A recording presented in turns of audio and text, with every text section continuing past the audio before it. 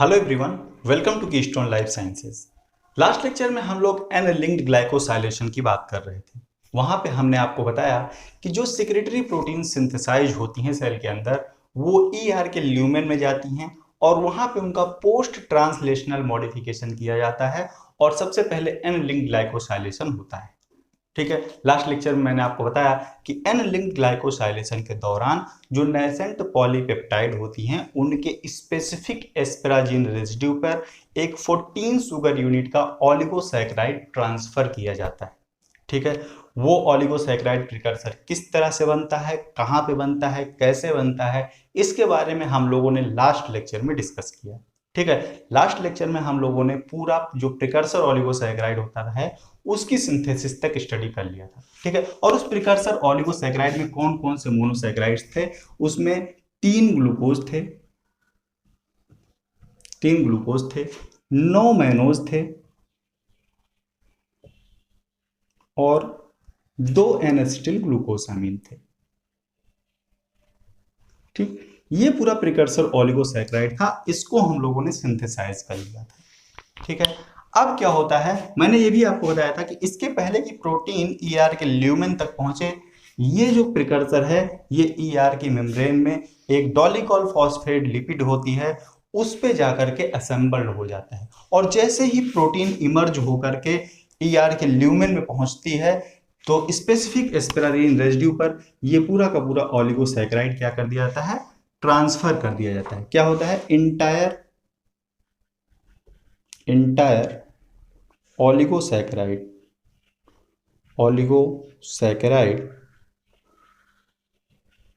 Transferred to nascent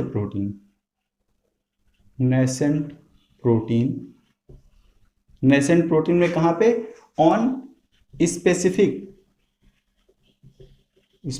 एस्पेराजीन residue once it is in the ER lumen में जैसे ही पहुंचता है स्पेसिफिक एस्पेराजीन रेजिड्यू पर क्या कर दिया जाता है, ये पूरा कंप्लीट प्रिकर्सर ओलिगोसैकेराइड क्या कर दिया जाता है, ट्रांसफर कर दिया जाता है। ठीक है, अब बात यह आती है कि क्या जितने एस्पेराजीन प्रेजेंट होंगे प्रोटीन के अंदर सब के सब पे एन लिंक्ड ग्लाइकोसाइलेशन होगा, तो आंसर होता है नहीं। ठीक है, तो किन एस्पेराजीन रेजिड्यू पर ग्लाइकोसाइलेशन होगा, the asparagine residue specific asparagine residue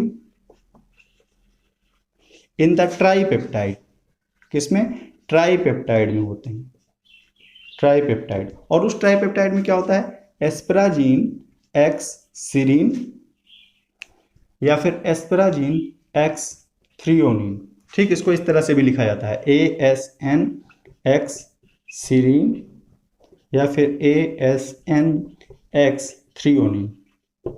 ठीक, अब एक्स क्या है, x is any amino acid, any amino acid except proline के अलावा कोई भी अमीनो एसिड इस एक्स की जगह को ले सकता है।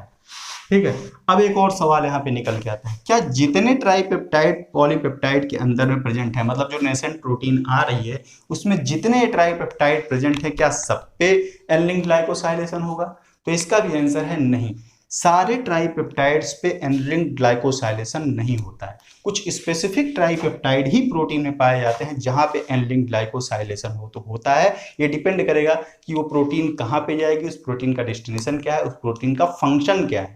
ठीक है, इस पे डिपेंड करता है कि किन ट्राइपेप्टाइड्स पे एन लिंक्ड ग्लाइकोसाइलेशन होगा। लेकिन एन लिंक्ड ग्लाइकोसाइलेशन तभी होगा जब एस्पेराजीन रेजिड्यू इस ट्राइपेप्टाइड के फॉर्म में पाया जाएगा। ठीक, इस ट्राइपेप्टाइड को रिकॉग्नाइज करते हैं कुछ ईआर के ल्यूमेन में कुछ एंजाइम्स होते हैं जिनको कहा जाता है ओलिगोसैकेरिल transferases.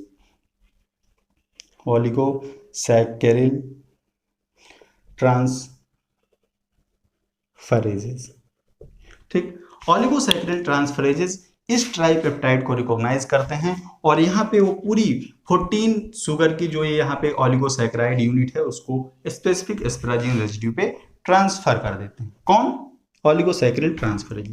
Oligosaccharide transferase basically trimeric होते हैं कि 3 सब यूनिट होती हैं, 2 सब यूनिट ईआर की मेम्ब्रेन में होती हैं और तीसरी सब यूनिट ईआर के ल्यूमेन में होती है, जिसके पास कैटालिटिक एक्टिविटी होती है। ठीक है, और उस कैटालिटिक एक्टिविटी के थ्रू ये क्या करते हैं, जो हमारा प्रिकर्सर ओलिगोसैकेराइड है उसको पूरा का पूरा इस स्पेसिफिक एस्पैरागिन रेसिड्यू पे ट्रांसफर कर देते हैं। ठीक है, अब इस प्रोसेस को हम लोग एक फिगर के थ्रू समझने की कोशिश करते हैं। तो किस तरह से एनिलिन ग्लाइकोसाइलेशन होता है, हम लोग एक बार इसका क्विक व्यू लेते हैं इस फिगर के थ्रू। ठीक है, किस तरह से होता है। ठीक, तो यहाँ पे मैंने क्या क्या चीजें बनाया हुआ है, सबसे पहले मैं आपको ये बता देता हूँ। ठीक है, सबसे पहले मैंने इस साइड पे यहाँ पे मैंने दिखाया हुआ है साइटोसॉल। ये सेल का साइटोसॉल है, तो ये ईआर की मेम्ब्रेन है जो ल्यूमेन को साइटोसॉल से सेपरेट कर रही है, ये ईआर का ल्यूमेन है। ठीक है, यहाँ पे मैंने सर्किल में ओलिगोसैकेराइड यूनिट दिखाई हुई है, ब्लैक कलर से मैंने एन-एसिटिल ग्लूकोसामीन दिखाया हुआ है, ग्रीन कलर से मैंने मैनोज दिखाया हुआ है और इस ऑरेंज कलर से मैंने ग्लूकोज दिखाया हुआ है। ठीक है, ये हमारा राइबोसोम है जो नेसेंट प्रोटीन सिंथेसाइज कर रहा है। क्या है, राइबोसोम। ठीक, राइबोसोम बाउंड है ईआर की मेम्ब्रेन से, इसका मतलब ये कौन सी एंडोप्लाज्मिक रेटिकुलम है, रफ एंडोप्लाज्मिक रेटिकुलम। ठीक है, ये हमारी नेसेंट प्रोटीन है और कहां से ये अंदर आ रही है, ट्रांसलोकॉन के थ्रू।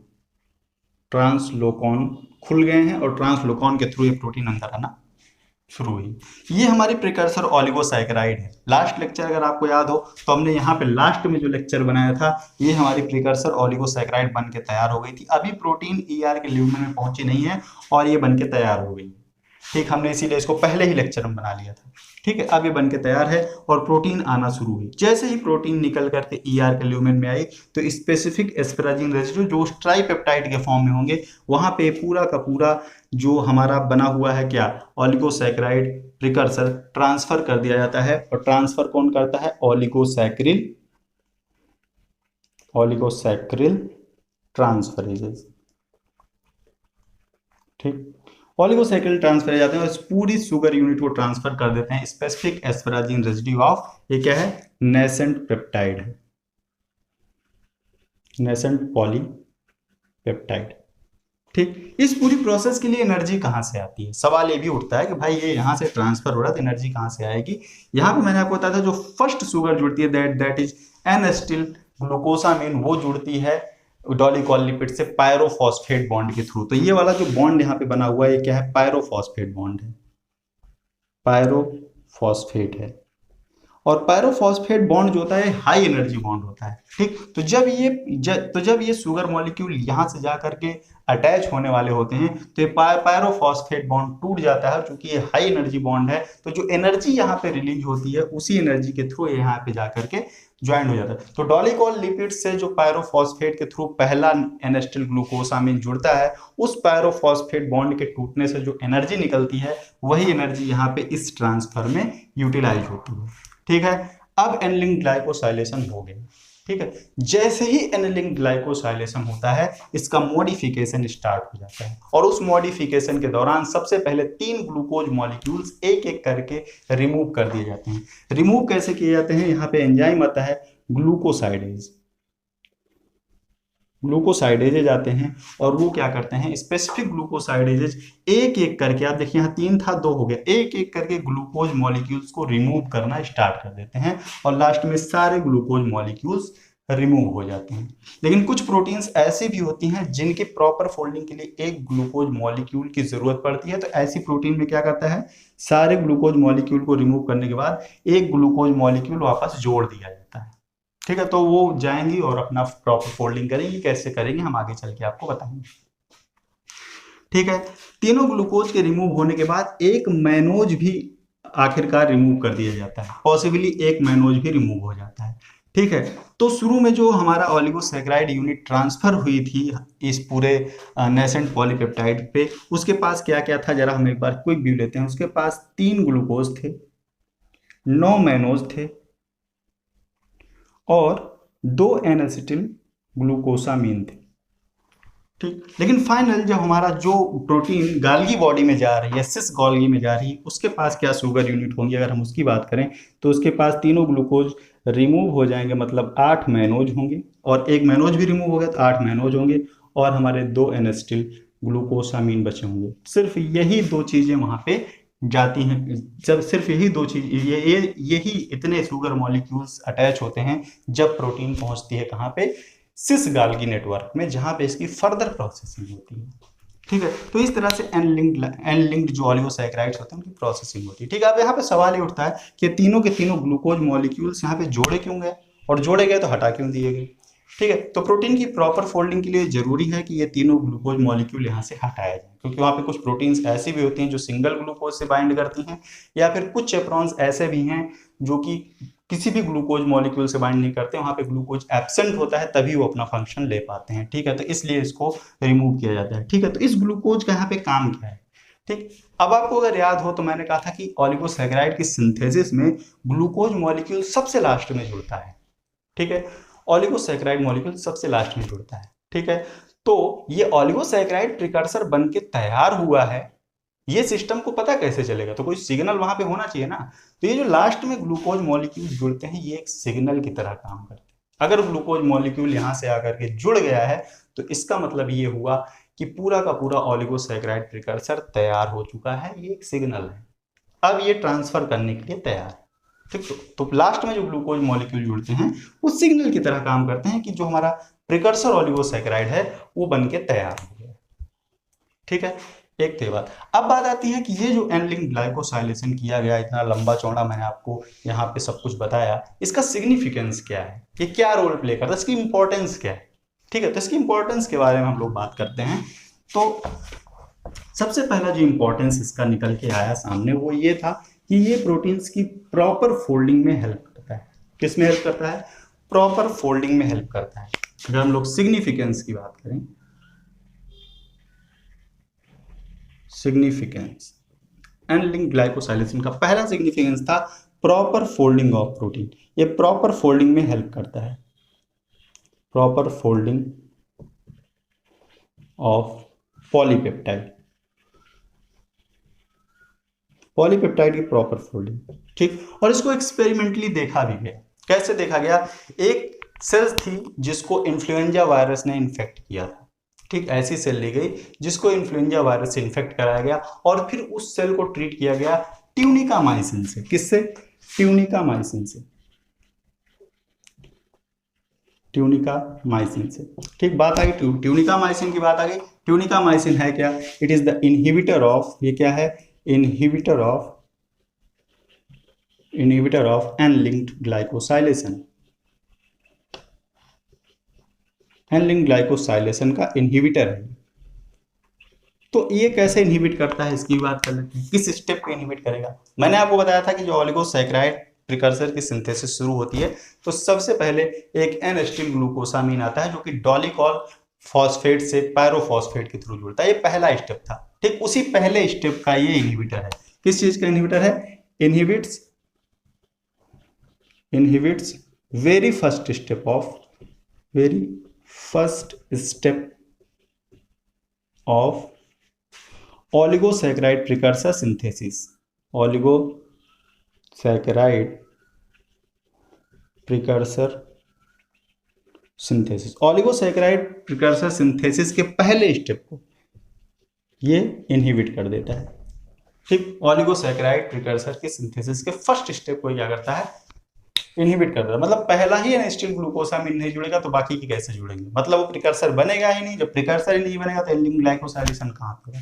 ठीक है, तो क्या किया गया, एक इन्फ्लुएंजा इन्फेक्टेड सेल थी जिसको ट्यूनिकामाइसिन से ट्रीट कर दिया गया। ट्यूनिकामाइसिन से ट्रीट किया गया होगा, क्या हुआ होगा, प्रिकर्सर बना ही नहीं होगा तो एन लिंक ग्लाइकोसाइलेशन नहीं होगा। ठीक, इन्फ्लुएंजा वायरस एक प्रोटीन प्रोड्यूस करती है जिसको हम लोग जानते हैं हीम एग्लूटिनिन, हम लोग बोलते हैं उसको।